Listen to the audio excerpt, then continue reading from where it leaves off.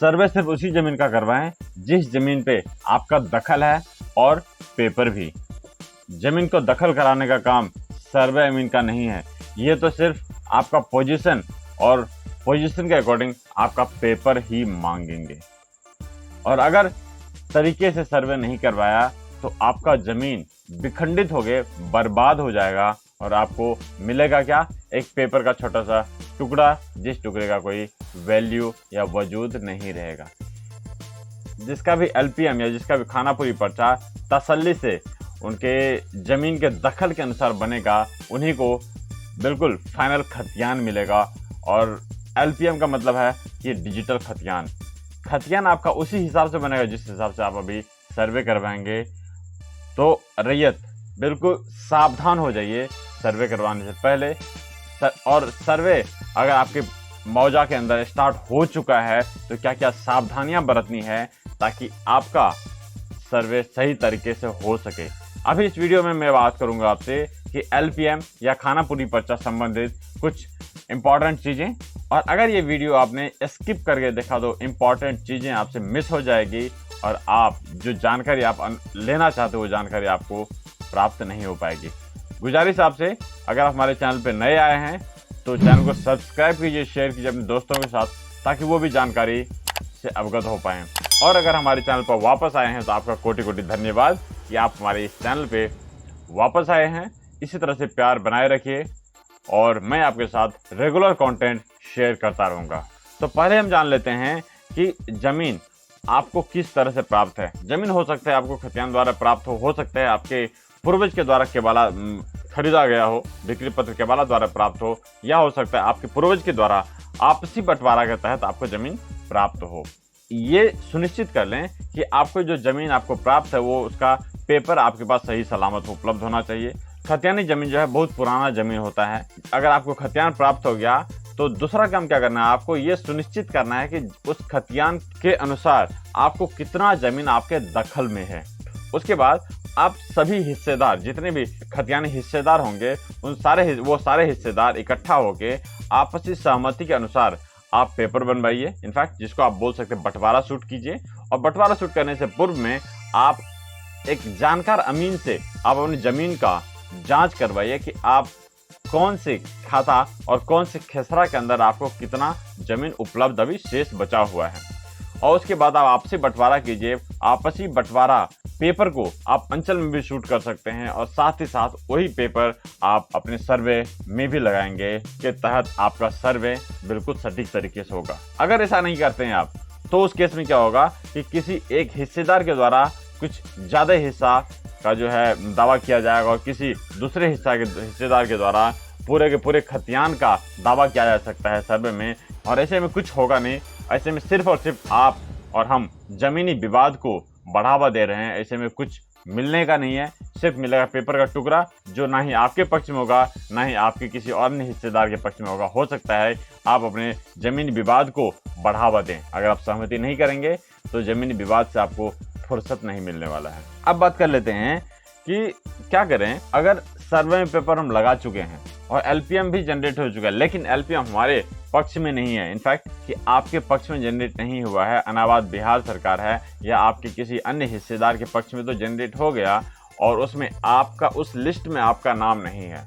उस केस में आप ये कर सकते हैं, आप आपसी सहमति के द्वारा आपसी सहमति ही करनी पे उसमें आप इकरारनामा बना सकते हैं या सहमति पत्र बना सकते हैं आपसी सहमति से कि देखिए भैया कौन कौन से खेसरा में आपका पोजीशन है और कौन कौन से खेसरा में मेरा पोजीशन है। उस पोजीशन के अकॉर्डिंग एक इकरारनामा बना लेते हैं और इकरारनामा बना के आप सर्वे ऑफिस में देते हैं तो सर्वे अमीन को ये स्पष्ट पता चलता है कि आप आपसी सहमति के अनुसार ये इकरारनामा बनवाया आपने। अगले वीडियो में मैं आपको शेयर करूंगा इकरारनामा बनाना कैसे बनाना आपको सहमति पत्र, अगर आपका जमीन खतियानी जमीन है या आपके पूर्वज के द्वारा खरीदा गया जमीन है। तो अगर आपको जमीन प्राप्त है बिक्री पत्र केबाला द्वारा जो आपने स्वयं खरीदा है, उस केस में आपको ये सुनिश्चित करना है कि जमीन जो आपके पेपर में लिखा हुआ खाता खेसरा और रकबा का ब्यौरा, उसी खाता खेसरा रकबा के अंदर आपका जमीन होना चाहिए।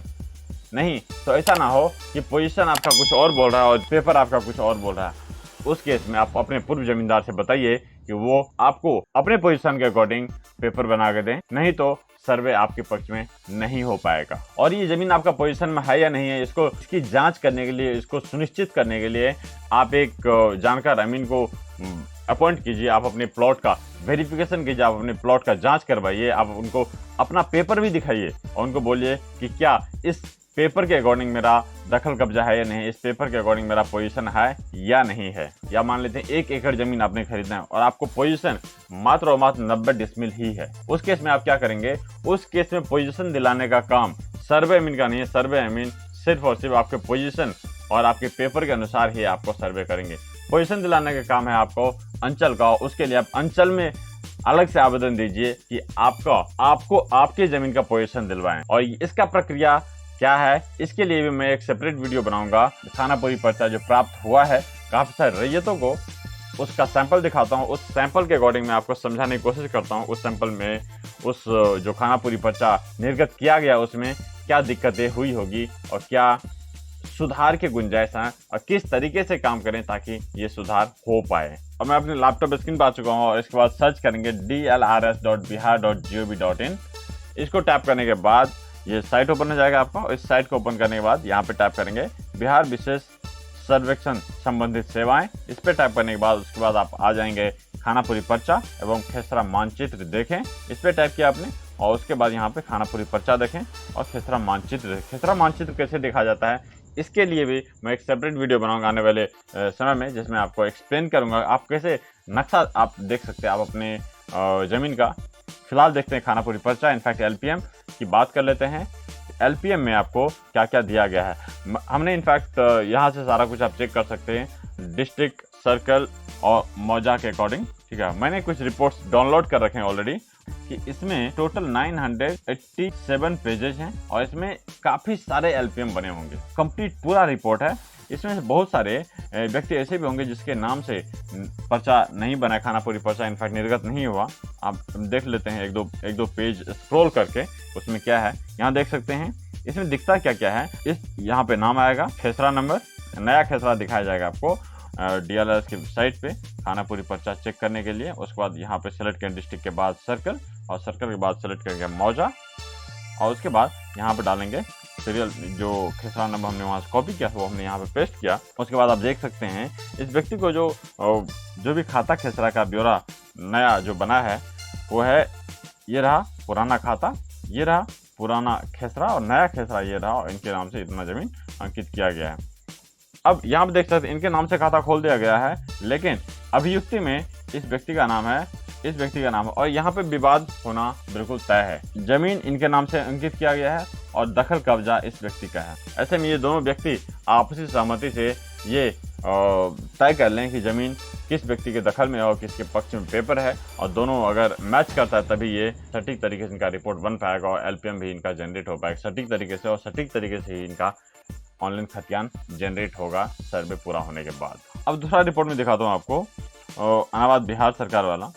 अब यहाँ देखिए ये जमीन जो है अनाबाद बिहार सरकार गैर मजरूआ खास मालिक खोला गया है। किसी व्यक्ति के नाम से इनका जो नया खेसरा है वो दर्ज नहीं है। अनाबाद बिहार सरकार के नाम से एक खेसरा दर्ज है और ऐसे में जो भी रैयत होगा जिसका भी जमीन इस पोजीशन में फंसा होगा उनके पास या तो जमीन का पेपर नहीं होगा या कंडीशन हो सकता है या उन्होंने जमीन का पेपर सर्वे में सबमिट ही नहीं किया होगा या हो सकता है इनका जो जमीन है वो जमीन अनाबाद बिहार सरकार इनफैक्ट की बिहार सरकार का जमीन हो। और यहाँ देख सकते हैं आपकी बासियत पर्चा इनफैक्ट आवासीय जमीन है, आवासीय श्रेणी का जमीन है और इस व्यक्ति को अगर ये व्यक्ति सही समय पे पेपर अपना सबमिट कर देते हैं अपने सर्वे ऑफिस में और अमीन से बात करते हैं कि इनके प्लॉट की दोबारा से पुनः जाँच की जाए तो तब तो ये इनके पक्ष में रिपोर्ट बन सकता है।